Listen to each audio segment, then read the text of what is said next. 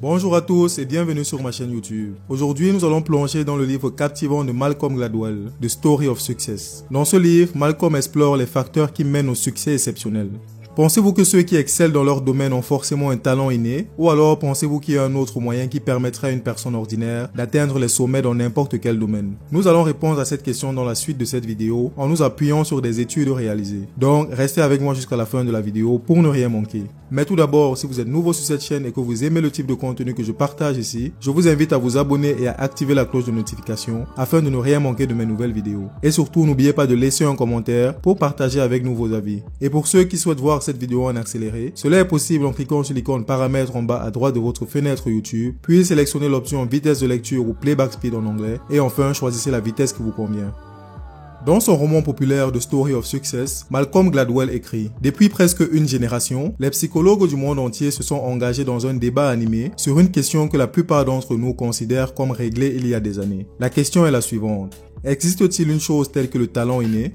La réponse évidente est oui, car tout le monde suppose naturellement que les personnes les plus prospères que nous connaissons ont un talent inné qui leur permet de s'élever au-dessus des autres. On se dit que ces gens réussissent en levant à peine le petit doigt pour devenir aussi bons qu'ils le sont.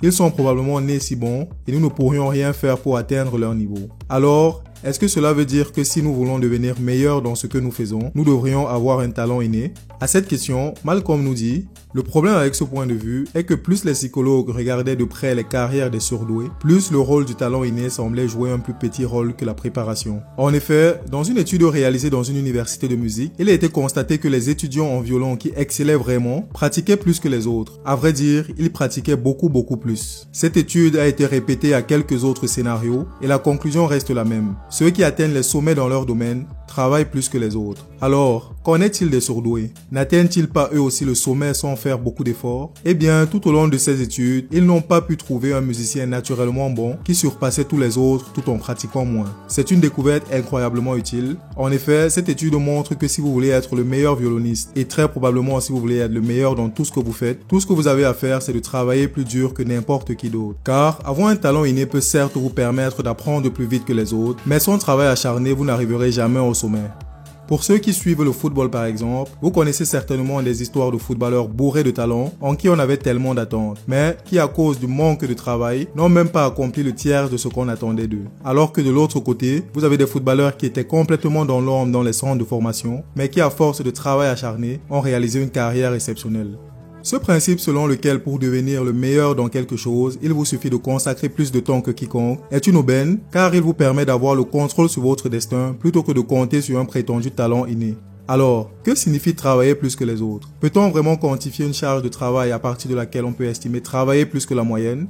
Pour répondre à cette question, Malcolm introduit la règle des 10 000 heures de travail. Selon lui, si vous passez 10 000 heures à pratiquer de façon intense et ciblée, vous êtes sûr d'atteindre les sommets dans votre domaine. Comprendre ce concept vous donne certes un immense avantage sur les autres, mais cela ne signifie certainement pas que mettre 10 000 heures sera facile. En effet, c'est extrêmement difficile et cela demande beaucoup de courage et de force mentale. C'est pourquoi vous devez faire le choix de réussir. Cela paraît facile dit comme ça, mais faire les bons choix et les tenir est extrêmement difficile. David Goggins dit d'ailleurs à ce sujet, les choix sont aussi naturels qu'un coucher de soleil et aussi fondamentaux que la gravité.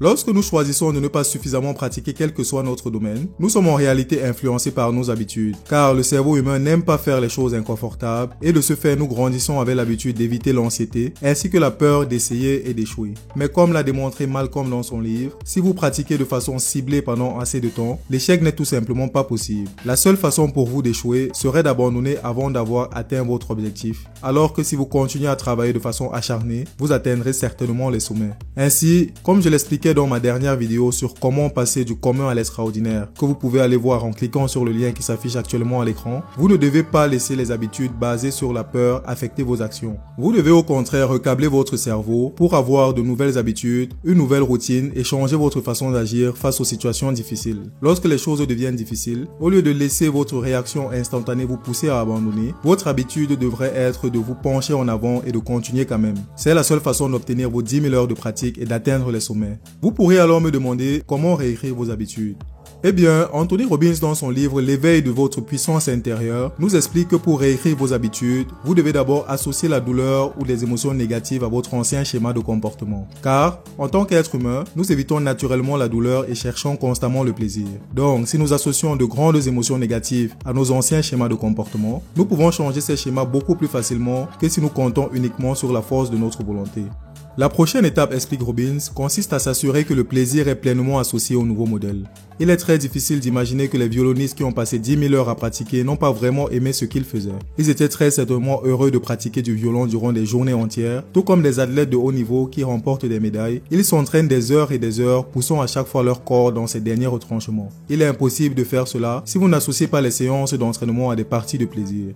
Le problème est que la plupart des gens sont trop à l'aise dans leur routine quotidienne. Bien qu'ils savent qu'ils ont tellement plus à donner à l'intérieur d'eux, ils choisissent de ne pas lutter pour changer de comportement et préfèrent rester dans leur zone de confort et dans la médiocrité. Ce que vous devez comprendre de cette vidéo, c'est que n'importe qui a la possibilité de consacrer 10 000 heures et d'exceller dans son domaine. Il ne faut pas de talent inné ou une étincelle, cela demande juste du temps et de la persévérance. Vous pourrez alors me demander, si c'est si facile, pourquoi il n'y a que très peu de personnes qui atteignent les sommets?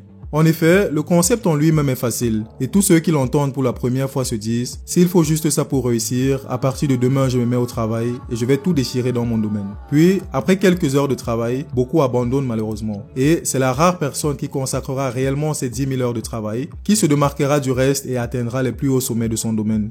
Donc, si vous voulez être le meilleur dans ce que vous faites, vous allez devoir faire ce que personne d'autre ne fera. Ceux qui sont au sommet ont tout donné, ils ont essayé maintes et maintes fois, se sont relevés après avoir échoué et ont continué d'essayer. En effet, l'échec n'est pas un échec pour celui qui vise un objectif, c'est juste un petit revers sur le chemin. Alors, abandonnez l'idée selon laquelle le succès doit être comme une belle ligne linéaire qui monte et qui monte. Vous n'avancerez probablement pas de victoire en victoire. Vous allez parfois perdre, mais cela n'a pas d'importance, car l'objectif ne doit pas être de toujours recevoir des commentaires positifs ou des réalisations, mais simplement d'apprendre et d'avancer. Au sortir de cette vidéo, je vous invite à choisir le domaine dans lequel vous souhaitez évoluer, consacrez-y vos 10 000 heures et ne vous reposez pas tant que vous n'avez pas atteint l'endroit où vous voulez être. C'est la seule façon de devenir meilleur dans ce que vous faites et de devenir la meilleure version de vous-même. C'est tout pour cette vidéo, merci d'avoir regardé jusqu'au bout. J'espère que vous avez apprécié cette vidéo. N'oubliez pas de liker et de vous abonner si ce n'est pas encore fait. Et surtout, partagez cette vidéo aux personnes que ça peut aider dans votre entourage. À bientôt sur ma chaîne YouTube. Ciao ciao.